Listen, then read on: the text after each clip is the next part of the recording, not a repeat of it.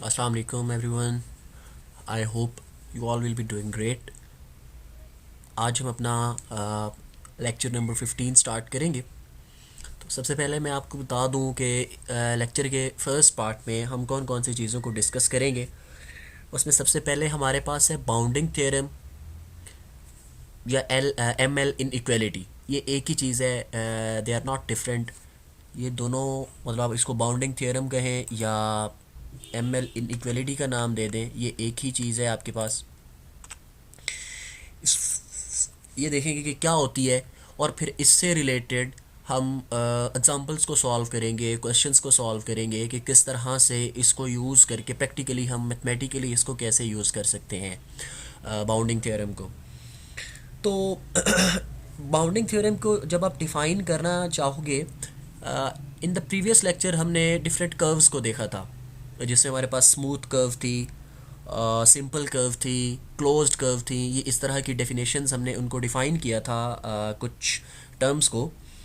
तो इसकी डेफिनेशन में हमारे पास एक तो लेट्स से जो भी हम फंक्शन यूज़ कर रहे होते हैं, लेट्स से हम एफ फंक्शन यूज़ करते हैं, तो उस फंक्शन का कॉन्टीन्यूस होना लाजमी होता है ऑन सम स्मूथ कर्व। ठीक है। और फिर उस फंक्शन की जो एब्सोल्यूट वैल्यू हो वो आपके पास M M basically maximum L length के लिए यूज़ किया जाता है।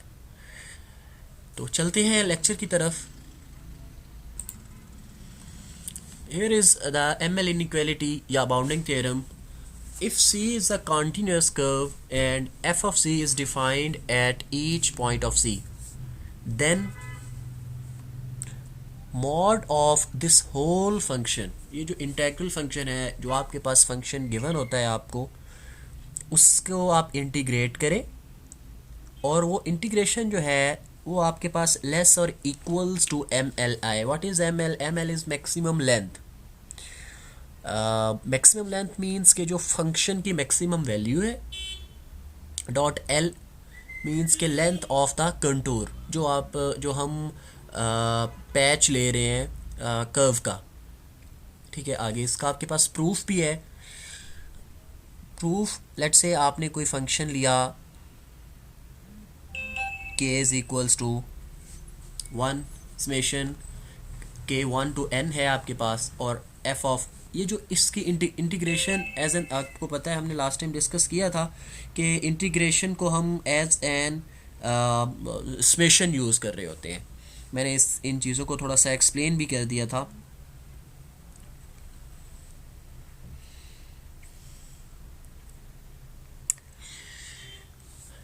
तो हमने समेशन के इक्वल इसको एज्यूम कर लिया, इसको डिफ्रेंशिएट करने के लिए एफ ऑफ सी के स्टार इंटू डेल्टा जी। दोनों साइड से हमने क्या लिया? मॉड। मॉड की प्रॉपर्टी होती है, ट्रायंगुलर इनइक्वालिटी आपके सामने है कि ये मॉड स्प्लिट होके लेस और इक्वल का साइन आता है आपके पास।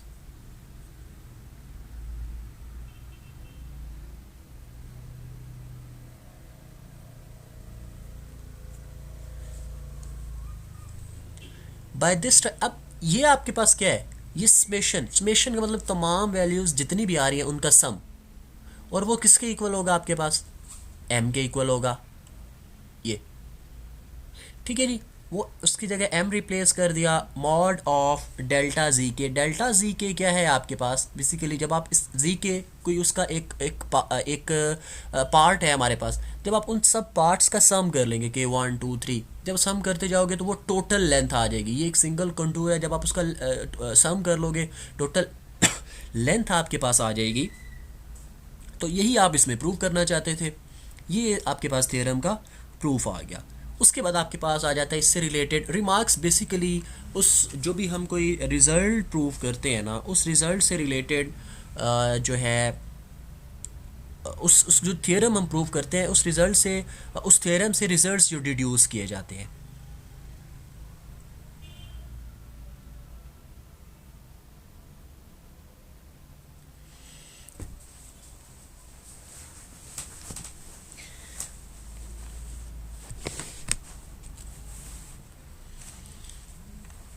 फर्स्ट आपके पास है कि अगर आपके पास कोई कर्व हो F Y is equal to F of X A to B, उसकी लिमिट है। देन आर्क लेंथ आपके पास इस तरह 1 plus D Y by D X, आपको पता है डेरिवेटिव होता है D Y by D X whole square.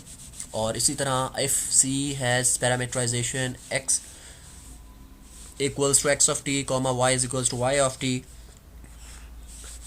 Then arc length क्या होती है, दिस इसके इक्वल होती है अगर पैरामीट्रिक इक्वेशन आपके पास इस टाइप की आ जाए।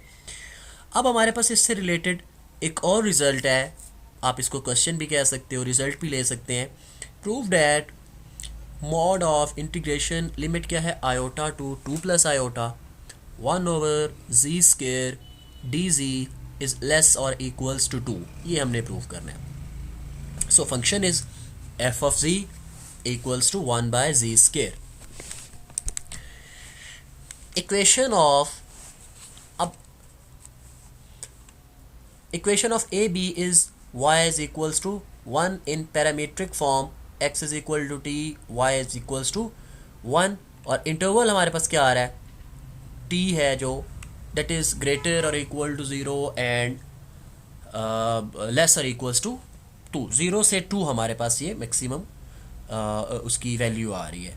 अब हमें कैसे पता चलता है, नेक्स्ट क्वेश्चन इज कि how we can get that के ये इंटरवल हमारे पास 0 से 2 ही आएगा, ठीक है। वो आपके पास इस क्वेश्चन से ही आपको कहीं पे गिवन नहीं होगा, आपको बता दिया जाए इंटरवल में तो वेल एंड गुड है, अगर नहीं बताया जाता तो आपने उसको क्वेश्चन से ही डिड्यूस करना होता है, ठीक है। अब क्वेश्चन से कैसे, आपको पता है मॉड की प्रॉपर्टी होती है कि मॉड के अंदर वैल्यूज़ नेगेटिव नहीं आ सकती। मॉड इज़ लाइक स्केयर, जैसे किसी भी वैल्यू को आप स्केयर ले लेते हो।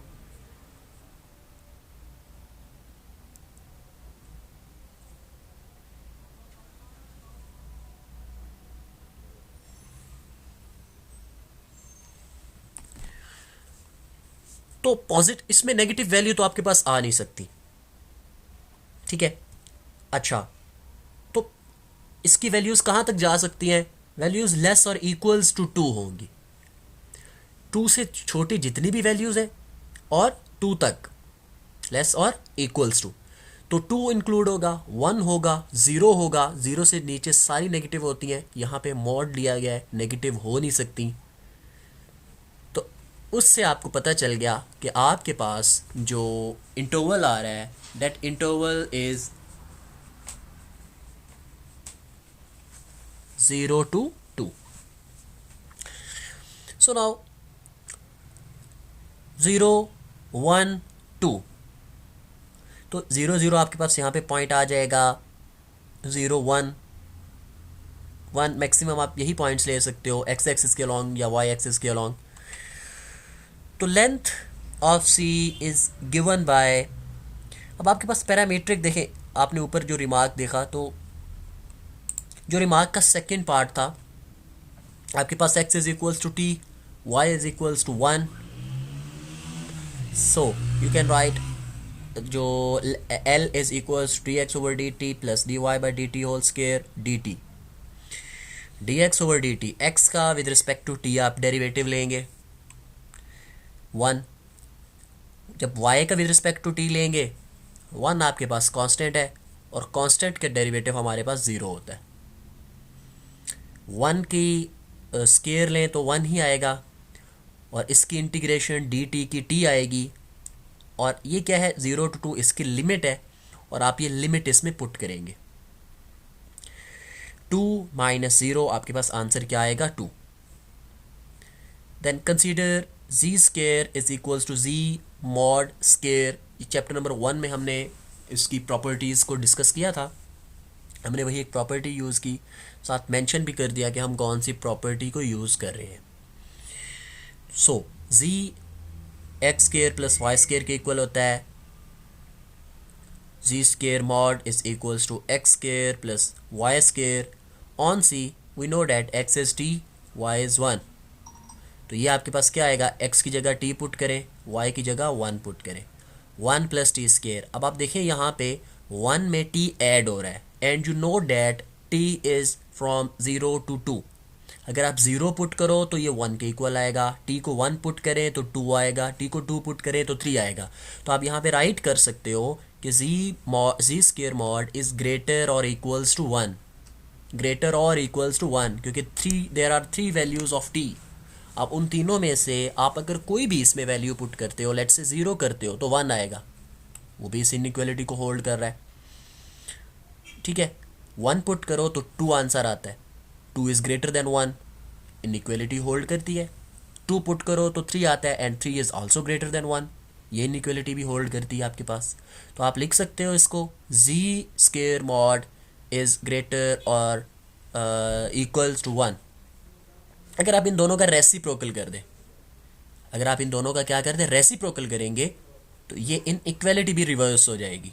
तो ये आपके पास क्या आएगा, 1/z स्क्वायर इज़ लेस और इक्वल्स टू 1, और 1/z स्क्वायर यही आपका क्वेश्चन में गिवन फंक्शन है। सो f of z is less और equals to 1। f of z mod is less or equals to 1, that means कि the maximum value is 1, less और equals to 1, या तो 1 हो सकता है या लेस देन 1 होगा, तो मैक्सिमम वैल्यू यहाँ पे 1 हो सकती है। So by the ML inequality this function is less और equals to m dot l। m is 1, l आपने फाइंड किया है 2, और यही आप प्रूव करना चाहते थे।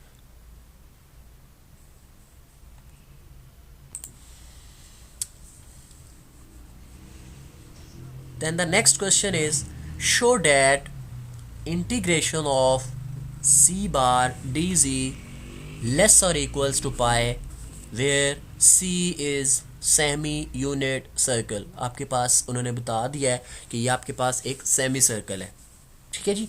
और semi unit circle, semi unit circle का क्या मतलब है कि जो सर्कल का रेडियस है वो आपके पास 1 है। तो अगर आप कंप्लीट सर्कल बनाते हैं तो यहाँ से ये स्टार्ट करके इस तरह से ये कंप्लीट होता है। यहाँ पे सेमी सर्कल था तो यहाँ तक 1,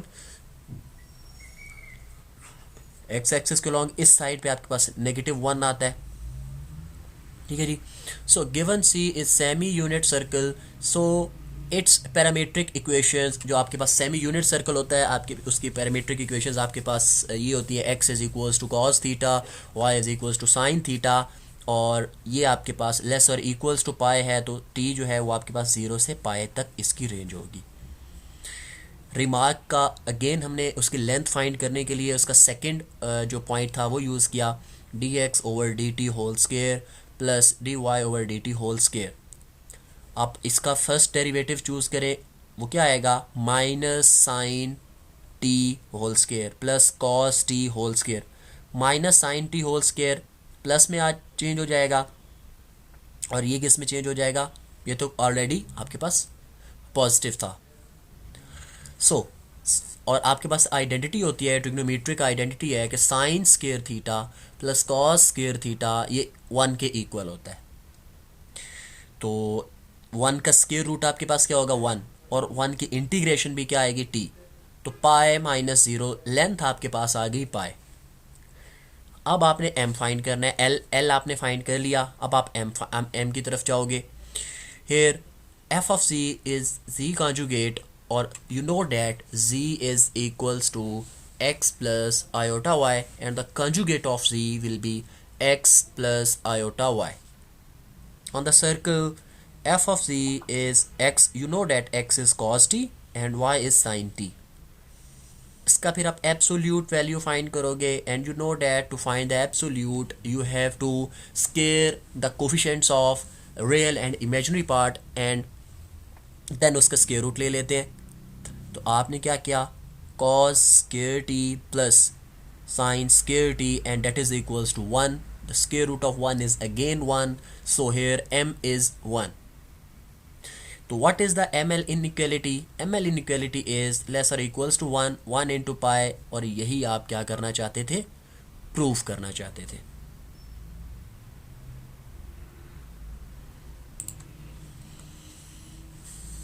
नेक्स्ट हमारे पास आ जाता है Cauchy's theorem for complex integrals. इसमें हमारे पास सबसे पहले ग्रीन्स थ्योरम है। ग्रीन्स थ्योरम में हमारे पास स्टेटमेंट है, if C is a curve enclosing the area S, कोई भी एरिया है, and P and Q are the continuous functions with continuous derivatives. P Q हमारे पास कोई कॉन्टिन्यूस फंक्शंस हैं विद कॉन्टिन्यूस डेरिवेटिव्स। तो ग्रीन्स थ्योरम की स्टेटमेंट आपके पास है integration of P D x plus Q D Y is equals to double integral of partial Q over partial X minus partial P over partial Y D X D Y. आगे Cauchy's fundamental theorem है।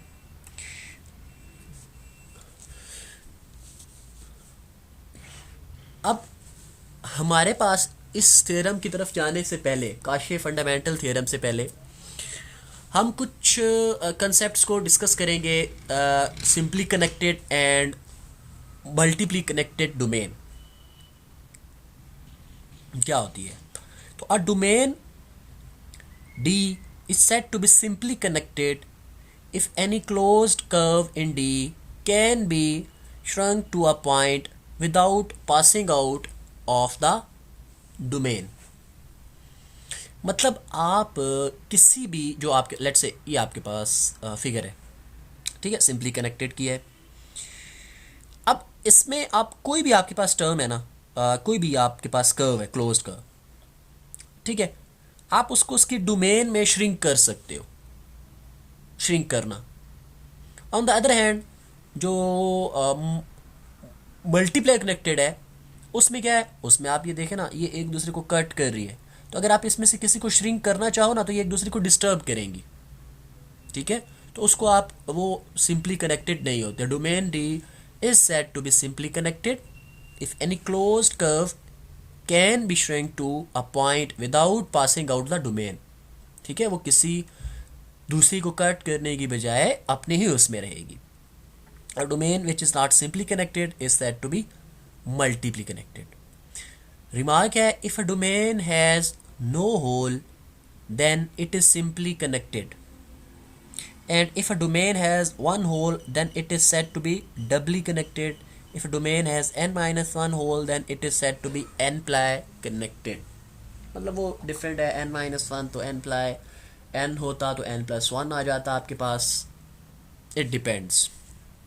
फिर आ जाते हैं हम, ये कुछ एक दो बेसिक टर्म्स थी। उसके बाद आ जाता है Cauchy's fundamental theorem. Let D be a simply connected domain. D हमारे पास कोई सिंपली कनेक्टेड डोमेन है and c is any closed curve.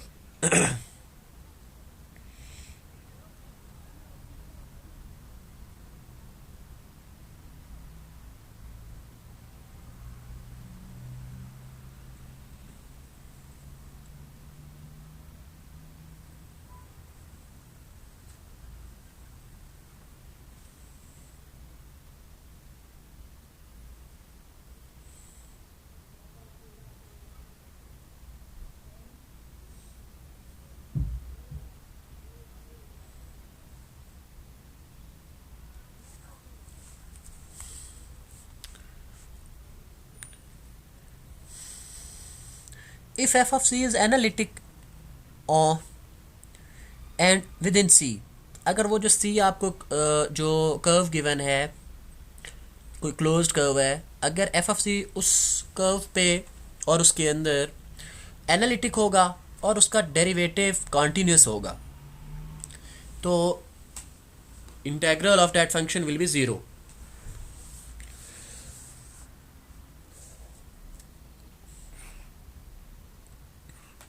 This is the statement for the fundamental theorem of Cauchy's theorem। इसके proof की तरफ जाते हैं हम।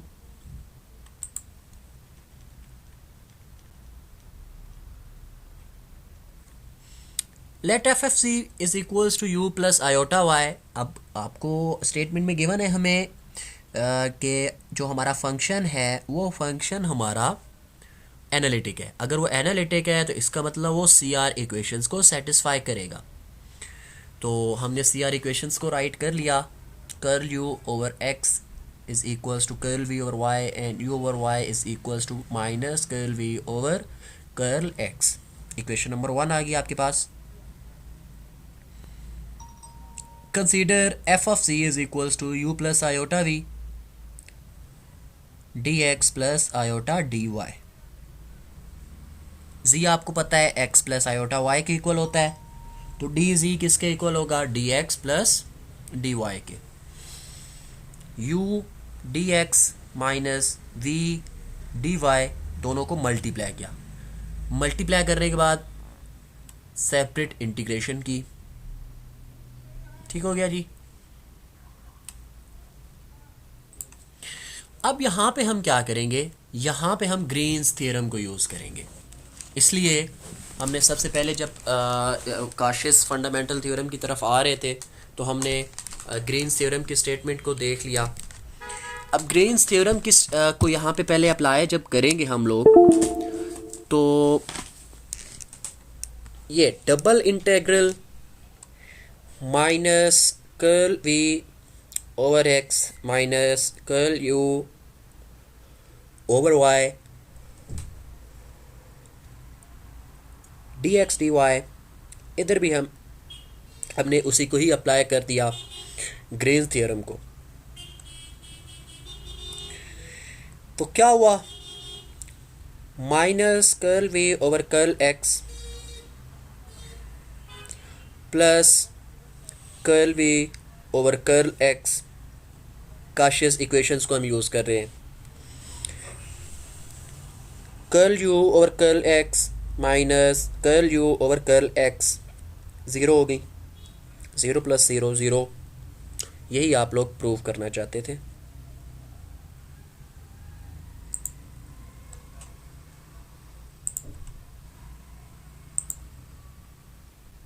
ये एफ ऑफ सी आप ज़ीरो के इक्वल प्रूव करना चाहते थे, जो यहाँ पे हमने इसको प्रूव कर लिया। नेक्स्ट हमारे पास आ जाता है Cauchy's Goursat theorem. Let D be a simply connected domain and C is any closed curve lying in D. If f of C is analytic, then f of C dz is equals to 0. इसका proof हम नहीं करेंगे। Question है हमारे पास, evaluate sin hyperbolic z plus e power z plus z divided by z square minus 4 into z square plus 9. सी हमारे पास जो circle है वो हमारे पास एक यूनिट सर्कल है। एफ ऑफ सी हमने फंक्शन चूज़ कर लिया, F of C is equals to sine hyperbolic Z plus iota Z. This is not analytic, ये आप लोग चेक कर सकते हैं। सी आर इक्वेशंस में जो आपकी रिक्वायरमेंट्स हैं, आप उन रिक्वायरमेंट्स को फाइंड करोगे और फिर आप देखोगे कि आइदर इट इज़ एनालिटिक और नॉट। ठीक है जी। वो क्या कहता है कि if F of C is analytic, sorry F of C is analytic अगर आपका डिनोमिनेटर क्या हो जाए, इक्वल्स टू ज़ीरो आ जाए। ठीक है, अगर इक्वल टू ज़ीरो आप इसको चूज़ करोगे तो z square minus 4 equals to zero, z square equals to plus 4 plus minus 2 आ जाएगा, और z square equals to minus 3, और जब आप उसका स्केयर रूट लोगे तो प्लस माइनस 3 आयोटा। हमने सारे पॉइंट्स फाइंड कर लिए। All these point lies outside C. Therefore, f of C is analytic on and within C. हमने सारे पॉइंट्स फाइंड किए, और जो भी पॉइंट्स फाइंड किए ना, वो हमारे पास सारे, सर्कल तो हमारा यूनिट सर्कल था, और ये सारे पॉइंट्स आउटसाइड द सर्कल थे। तो इसलिए आउटसाइड द सर्कल की हम बात नहीं करेंगे। यहाँ पे हम क्या कहेंगे कि ये जो इसकी बाउंड्री है और इनसाइड द सर्कल, ये जो हमारा फंक्शन हमें गिवन है, ये एनालिटिक होगा। सो बाय काशिस-गोजर्ट थ्योरम हमने कहा डायरेक्टली अगर फंक्शन हमारे पास एनालिटिक है तो हम बस राइट करेंगे कि उसको यूज़ करके ये इक्वल्स टू ज़ीरो आता है, डेट्स इट। इसी तरह ये क्वेश्चन आप लोग खुद सॉल्व करेंगे, इसका बिल्कुल सेम है उन्हीं स्टेप्स पे। Integration of cos hyperbolic Z plus C square over Z plus 5 into Z plus 3।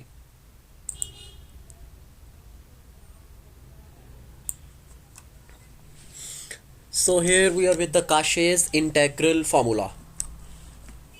Let D be a simply connected domain, and let C be a closed curve lying inside D. Also let C is equals to A lies inside C. हमारे पास कोई point है. If f of C is analytic on and within C, then integral of f of C over Z minus A dz is equals to 2 pi iota f of A. let हमारे पास ये कोई Z है, हम यहाँ पे definition use कर रहे हैं कंटिन्यूटी की. z minus A is equals to epsilon. हमने कोई छोटा सा एक नंबर ले लिया, एप्सिलॉन, कोई भी number. Is small such that C1 lies entirely inside C. हमने C1 एक ऐसा स्मॉल लिया है कि ये C के अंदर ही, इस कर्व के अंदर ही लाई कर रहा है. ठीक है. Then by result of Cauchy's theory f of C over Z minus A is equals to f of C over Z minus A at C1. हमने इसको I के इक्वल लेट किया, f of C over Z minus A. f of A इसमें add भी किया, subtract भी किया. जब ऐड और सब्ट्रैक्ट किया तो अब f of C minus f of A को इससे साथ अलग और इससे सेपरेट डिवाइड कर दिया, दोनों इक्वेशंस को, दोनों वैल्यूज़ को, sorry. f of Z minus f of A over Z minus A and f of A over Z minus A. Equation number 2 का नाम दे दिया इसको. ठीक हो गया.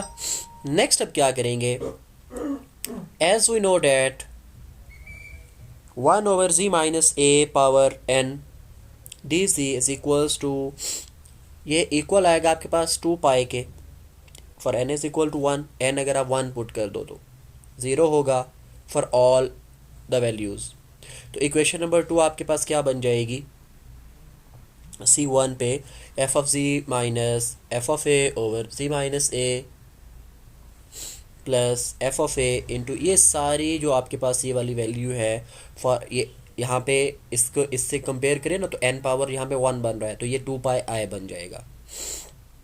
इसको हमने I1 कहा plus 2 pi iota, where I1 इसको हमने I1 कह दिया. I आपको पता है हमने क्या चूज़ किया हुआ था. यहाँ पे हम क्या करेंगे, हम अज्यूम कर रहे हैं, हम क्लेम कर रहे हैं, सॉरी, हम यहाँ पे क्लेम कर रहे हैं कि ये ज़ीरो के इक्वल है. हमने ख़ुद से क्लेम किया है. अब हमने ये क्लेम किया, हम देखते हैं कि आफ्टर क्लेमिंग दिस हमारे पास क्या कॉन्सिक्वेंसेस आते हैं, ये क्या इससे हमें बेनिफिट होगा. यहाँ पे हम इसका मॉड क्यों ले रहे हैं, मैंने साथ रीज़न राइट कर दिया है, क्योंकि हम ये कंपेरेबल नहीं होते. जब कम्प्लेक्स नंबर्स को स्टार्ट से हमने देख रहे थे, दे आर नॉट कंपेरेबल, तो इसके लिए हम इसका सिंपली क्या ले लेते हैं, मॉड. ठीक है. तो मॉड लिया, मॉड की अगेन वही प्रॉपर्टी यूज़ की, सेपरेट किया मॉड, तो लेसर इक्वल आ जाएगा. इन दोनों का अलग अलग मॉड किया. ठीक है. ये वैल्यू आपके पास एप्सिलॉन है, f of c is analytic at A, f of c is, ये भी आपके पास क्या है, एप्सिलॉन. 1 की इंटीग्रेशन आपके पास z होती है, this is equals to 2 pi epsilon. I1 is less than 2 pi epsilon which is the length, where अगर एप्सिलॉन अप्रोच करे किसको, ज़ीरो को, बिल्कुल वो अगर आपने कंटिन्यूटी, डिफरेंशियबिलिटी और ये सारी डेफिनेशंस अगर आपको याद हो तो I1 इज़ ज़ीरो हमने क्लेम किया था, हमने इसको करके दिखा दिया. इसको इक्वेशन नंबर 3 में जब आप पुट करोगे, I is equals to 2 pi iota, और I किसके इक्वल था, इसके इक्वल था, यही आप प्रूफ करना चाहते थे, और इसके साथ ही हमारा ये प्रूफ एंड हो गया. मैं थोड़ा सा प्रूफ इसलिए इसको जल्दी किया है, इसमें काफ़ी सारे प्रूफ्स हैं. हम इन प्रूफ्स को यूज़ करके डायरेक्टली जो है ना चलेंगे, जो है ना एग्जांपल्स पे हमने ज़्यादा फोकस कर रहे हैं. क्वेश्चन है हमारे पास, evaluate the integral of cos 2z plus cos hyperbolic 2z divided by z.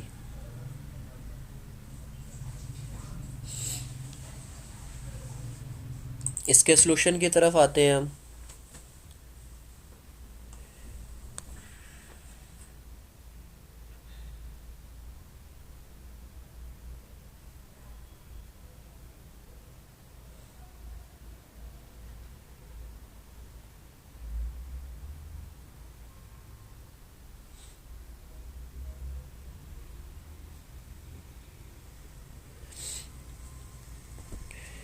Late, ये हमारा फंक्शन, हम इसको ज्यूम कर रहे हैं cos 2z plus cos hyperbolic 2z, and अगर ये न्यूमरेटर को हमने एफ ऑफ जी के इक्वल लेट किया है, तो जब लेट किया तो ये क्या चीज़ आपके पास आ जाएगी, एफ ऑफ जी ओवर जी। ठीक है, और इस पूरे फंक्शन को हमने एक अगेन डिफरेंट फंक्शन के सामने लेट कर लिया जी ऑफ सी के। अगर आप, क्या है जी, clearly z of C is not analytic if z is zero. अगर जी ज़ीरो हो जाए ना तो ये इन्फिनिटी आ जाएगा, which lies inside c. Also f of C is analytic on and within c. तो आप क्या करेंगे यहाँ पे, हम इसके अलावा अगर आप इसको ज़ीरो के इक्वल पुट करें, F of ji equals to zero, और उसको आप फाइंड कर सकते हैं, आपके पास वैल्यूज़ इस यही आएंगी। हाँ, इन केस, हाँ, जब ये आपके पास एनालिटिक आ गया तो फिर तो सिंपल आप ऊपर वाला थ्योरम जो अभी हमने किया उसको यूज़ करेंगे। ये इक्वल्स टू, ये जो पूरा फंक्शन है आपके पास 2 पाई आयोटा के इक्वल आएगा इनटू एफ ऑफ ज़ीरो। तो f of zero equals to cos zero, जहाँ जहाँ भी आपके पास जी की वैल्यू है, ज़ीरो ज़ीरो पुट करें। कॉस ज़ीरो वन होता है, hyperbolic cos zero again one होगा, so one plus one is two. तो एफ ऑफ ज़ीरो टू आ गया, इधर आपने पुट किया 4 पाई आयोटा, आपके पास इसका आंसर आ गया, सिंपल। नेक्स्ट हमारे पास क्वेश्चन है, evaluate D Z over Z where C is square described. पहले हम सर्कल की बात कर रहे थे, यहाँ हमारे पास एक स्केयर आ गया है।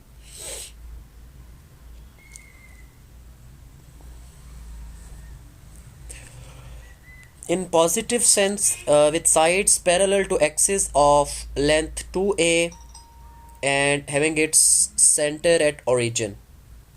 तो ए पॉइंट ही लेंगे आप, आपके पास क्वाड्रेंट है, आपको पता है फर्स्ट क्वाड्रेंट में आपके पास सारी वैल्यूज़ पॉजिटिव होती हैं, और सेकंड में एक्स नेगेटिव वाई पॉजिटिव होता है, थर्ड क्वाड्रेंट में एक्स और वाई दोनों नेगेटिव होते हैं, फोर्थ में एक्स नेगेटिव, एक्स पॉजिटिव हो जाता है, और वाई जो है वो नेगेटिव ही रहता है।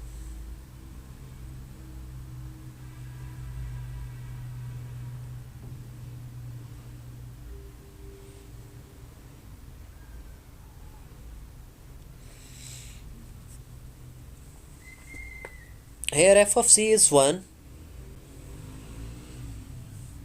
न्यूमिरेटर हमारा वन है, और वन ओवर जी को हमने जी ऑफ सी ले लिया।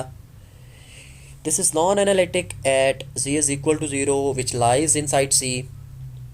So by Cauchy's integral formula, this is equals to this f of 0, and f of 0 is 1, क्योंकि कांस्टेंट है, आप इधर कोई भी वैल्यू पुट कर दो वो 1 ही रहेगा। 2 पाई आयोटा आपका आंसर आ गया।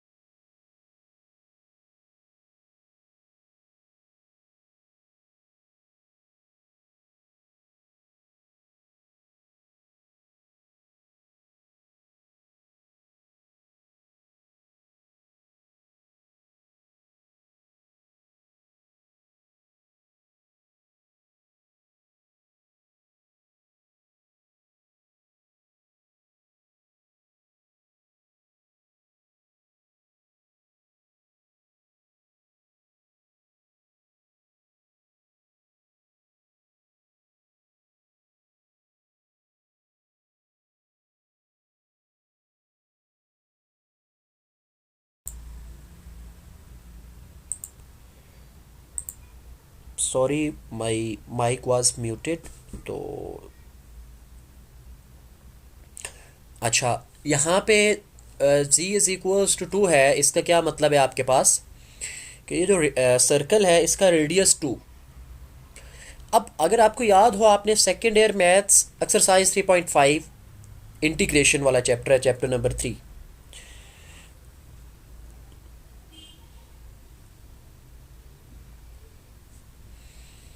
तो अब इसको हमने रिजॉल्व करना है टू पार्शियल फ्रैक्शन। डिनोमिनेटर में हमारे पास जब भी फैक्टर्स आ जाते हैं ना, तो हम वहाँ पे कोशिश करते हैं पार्शियल फ्रैक्शन में इसको रिजॉल्व करने की। सो पार्शियल फ्रैक्शन में रिजॉल्व कैसे किया जाता है? सिंपल, जी स्केयर प्लस 1 है, तो आप इसको फैक्टर्स में चेंज करोगे। अब ये जी प्लस आयोटा इंटू जी माइनस आयोटा में चेंज किया, अगर आप इन दोनों को मल्टीप्लाई करो तो जी स्केयर प्लस 1 ही आएगा आपके पास। तो ए ओवर जी, B over Z plus iota, सी ओवर जी माइनस आयोटा। इसको मैंने C1 इसलिए कह दिया क्योंकि C ऑलरेडी हम यूज़ कर रहे हैं टर्म, तो इसलिए उससे मिक्सिंग ना हो जाए। फिर पार्शियल फ्रैक्शन को कैसे सॉल्व किया जाता है? आप इस होल इक्वेशन को z into Z square plus 1 और इस तरह करके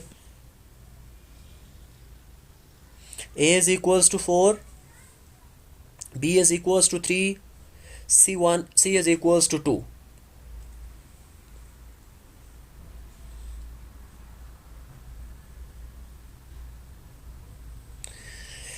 इन वैल्यूज़ को आप यहाँ पे पार्शियल फ्रैक्शन ऑब्वियसली आप खुद करेंगे, ग्रेड 10 से आप करते आ रहे हैं, इसलिए मैंने इसको स्किप कर दिया है। 4 ओवर जी प्लस बी की जगह वैल्यू सी की वैल्यू पुट कर दी। ठीक है जी, इंटीग्रेशन इंटीग्रेट कर दिया दोनों साइड्स पे, पार्शियल फ्रैक्शन करके हमारी इंटीग्रेशन ईजी हो गई।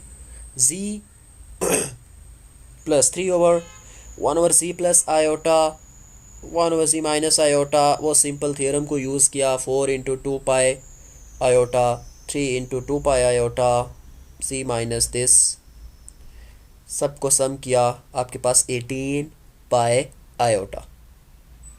नेक्स्ट आपके पास है कॉशे डिराइव फार्मूला या कॉशे इंटेग्रल फार्मूला फॉर डेरिवेटिव्स। तो उसकी ये स्टेटमेंट होती है आपके पास, इसकी आपने स्टेटमेंट को ही माइंड में रखना है। हम